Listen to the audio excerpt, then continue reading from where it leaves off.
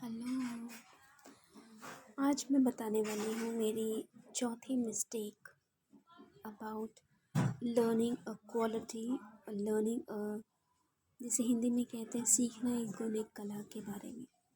हम सभी जानते हैं कि हम सब किसी न किसी तरीके से किसी न किसी गुण और कला को सीखते रहते हैं, घर में, प्रोफेशनल ट्रेनिंग में, किसी भी तरीके से। उसी तरीके से खाना बनाना भी एक कला है। लेकिन जब मैं बचपन में छोटी थी तो मैं खुद से किचन में जाया करती थी और तब मुझे इतना ज्ञान नहीं था कि मेरी दीदी 2 बहनें हैं बड़ी, वो लोग नहीं आती हैं साथ में। मैं अकेले माँ के ढूंढते ढूंढते माँ के पास चली जाती थी और माँ अक्सर किचन में ही रहती थी। तो मैं किचन में, जो हम लोग उस समय हिंदी में हमारे भाषा में कहते हैं चूल्हानी, मुझे बताया जाता था चूल्हानी। तो उस तरीके से कहा जाता है कोई भी काम अपने से करना ना करना ये हमें सीख लेना चाहिए कि तब तक नहीं करना चाहिए जब तक हमें उसकी अनुमति ना दी गई हो, चाहे वो सीखने ही की क्यों ना हो। ये बात सच है कि जब हमें कोई कहने वाला नहीं होता है या होती है, फिर भी हम कुछ करना चाहते हैं या हमारी इच्छा होती है, तो उसका कुछ ना कुछ कारण ज़रूर होता है। लेकिन जब उसे किसी नियम से करने का नियम होता है, किसी विधि से करने का नियम होता है, किसी रीति से करने का नियम होता है, तो उस समय अपने से किए जाने और कराए जाने में अंतर हो जाता है। जैसे लड़कियों का रसोई करना या बच्चियों का रसोई करना, ये एक नियम के अनुसार होता है। कोई भी चीज़ ऐसे ही नहीं की जाती है। मुझे बचपन से ये सब कुछ भी नहीं पता था। मैं बस माँ के पीछे पीछे माँ को ढूंढते ढूंढते पहुँच जाती थी किचन में। तो उस समय मुझे तो नहीं मालूम था, अब मुझे मालूम है इसलिए मैं कह पा रही हूँ। लेकिन मैंने खाना बनाना ऐसे ही सीखा। जैसे कहा जाता है ना कि मुझे ये नहीं समझा गया कि मैं खाना बनाने के कला मुझे अब आनी चाहिए, पाक कला मुझे सीखनी चाहिए, रसोई मुझे पकड़ना चाहिए। तब मैंने विधिवत नियम से कुछ सीखने सिखाने की मैंने की थी। मेरे घर में ऐसा नहीं किया गया था। मेरे घर में रसोई थी, माँ रसोई में रहती थी और मैं रसोई में जाया करती थी, साथ में बैठा करती थी, साथ में रहती थी। कभी कुछ काटना, कभी कुछ चलाना, कभी कुछ बनाना, इसी तरीके से थोड़ा थोड़ा करते करते मैं 10-12 साल की उम्र में, जो रोज़ की खाने की बनाने की होती है, मैं 10-12 साल तक में मैं सीख गई थी। मतलब मुझे खाना क्या होता है, कैसे पकता है, और खाना गैस पर पकता है, स्टोव पर पकता है, और खाना बनाने की जो सामग्रियाँ होती हैं, जो अनाज होता है, जो मसाले होते हैं, वो सब मैं जान चुकी थी कि क्या होता है। लेकिन फिर मुझे, जब मैं बड़ी हुई, तो मैं अपने पढ़ाई के चक्कर में और बाकी चीज़ों के चक्कर में मैं अलग रास्ते में फिर चली गई। कुछ समय तक, 2-4 साल तक मैं इस तरीके से बचपने में अज्ञानी की तरह मैं सीख तो गई, लेकिन मुझे नहीं मालूम चला कि यह विधिवत नहीं था।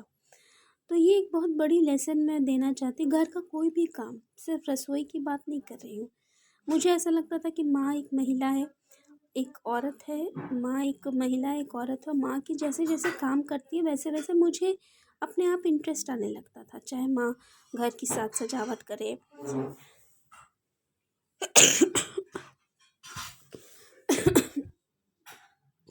या फिर कुछ भी, जिस तरीके से परिवार का ख्याल रखना होता है, सबके प्रति स्नेह रखना होता है, सबके प्रति जुड़ाव रखना होता है, मेहमानों का स्वागत करना होता है, तो उस तरीके से, उस अधिकार से तो नहीं, लेकिन उसी मनोभाव को समझते हुए मुझे लगता था कि यह परिवार का नियम होता है। तो मुझे, जिस तरीके से मैंने सिर्फ रसोई की बात से शुरुआत की है, किसी भी तरीके से घर की साफ़ सफाई, झाड़ू पोछे की बात हो, या सीलिंग साफ़ करने की बात हो, या टेबल साफ़ करने की बात हो, या बिस्तर लगाने की बात हो, यह सब सीखने सिखाने की बातें होती हैं जो बचपन में मुझे विधिवत तरीके से सीखनी चाहिए होती। लेकिन चूँकि मैं घर की सबसे छोटी थी, बहनों में मैं सबसे छोटी थी और मेरा समय उस तरीके से आना ना आना मुझे विधिवत नहीं किया गया, नियम से नहीं किया गया, रीति से नहीं किया गया। एक पुत्री के लिए भी, एक बेटी के लिए भी यह एक नियम से और होता है। ऐसा नहीं है, आज तक हम लोग सुनते हैं, फिल्मों में देखते हैं कि जब लड़कियां ब्याही जाती हैं, विवाह होता है उनका, वो ससुराल जाती है तो पहली बार जब वो करती हैं, रसोई करती हैं, तो उन्हें कुछ नेक दिया जाता है। तो ये सिर्फ मतलब कहा जाता है ना कि मतलब क्या कहा जाए, सिर्फ रसोई तक सीमित नहीं है, घर के प्रत्येक कार्य के लिए यह नियम होता है, चाहे वो कोई भी कार्य हो। तो वैसे ही बेटियों के लिए भी बचपन में यह नियम होता है और इसका धर्म संगत भी इसका नियम होता है कि धर्म के अनुसार भी, संस्कृति के हिसाब से हर परिवार में, हर धर्म में अपने अनुसार कुछ नियम होते हैं जिस हिसाब से कोई भी व्यक्ति, कोई भी महिला या कोई भी बच्ची या कोई भी बच्चा बचपन से ही जो कार्य करता है वो किस प्रकार का करेगा, वो कब से करेगा और किस विधि से करेगा, करेगी या करेगा। तो ये सब मुझे पहले से नहीं पता था, ये बातें मुझे पहले से नहीं पता थी, अब जा कर के मुझे मालूम चली है क्योंकि मैं यूट्यूब में ही लगी रहती हूँ और यूट्यूब के माध्यम से मुझे यह सब बातें पता चली हैं। जैसे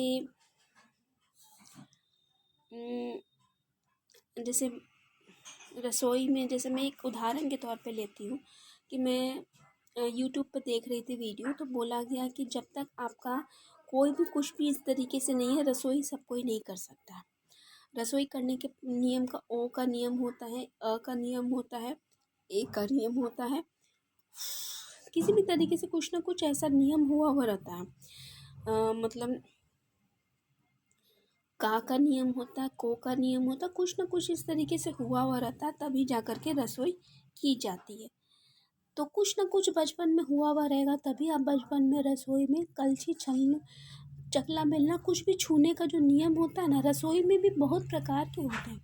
रसोई में क्या करना है, मसाला कब पीसना है, सिलबट्टे पे पीसना है कि मशीन पे पीसना है, या फिर कढ़ाई में खाना बनाना है कि कुकर में खाना बनाना है, तो ये सब चीज़ का एक नियम होता है।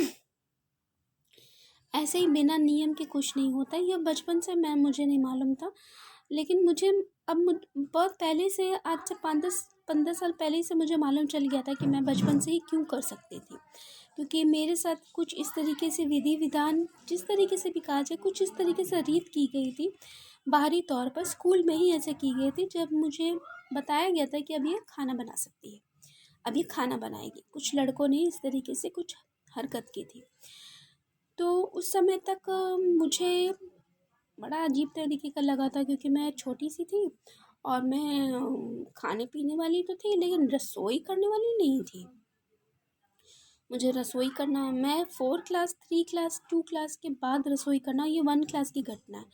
फिर उसके बाद माँ ने जब मुझे खाना पानी जब बहुत कम कर दिया, मतलब मैं पूछना, मैं मतलब मुझे अक्सर दिन भर खाने पीने को मिलता रहता था, लेकिन वो धीरे धीरे जब कम होने लगा तो मैं माँ के पीछे पीछे ज़्यादा रहने लगी कि मुझे भी खाना पीना, मुझे मतलब खाने पीने के लिए। फिर भाई बहन सब भी पढ़ाई के सिलसिले में मतलब अपने अपने जगह पकड़ लिए।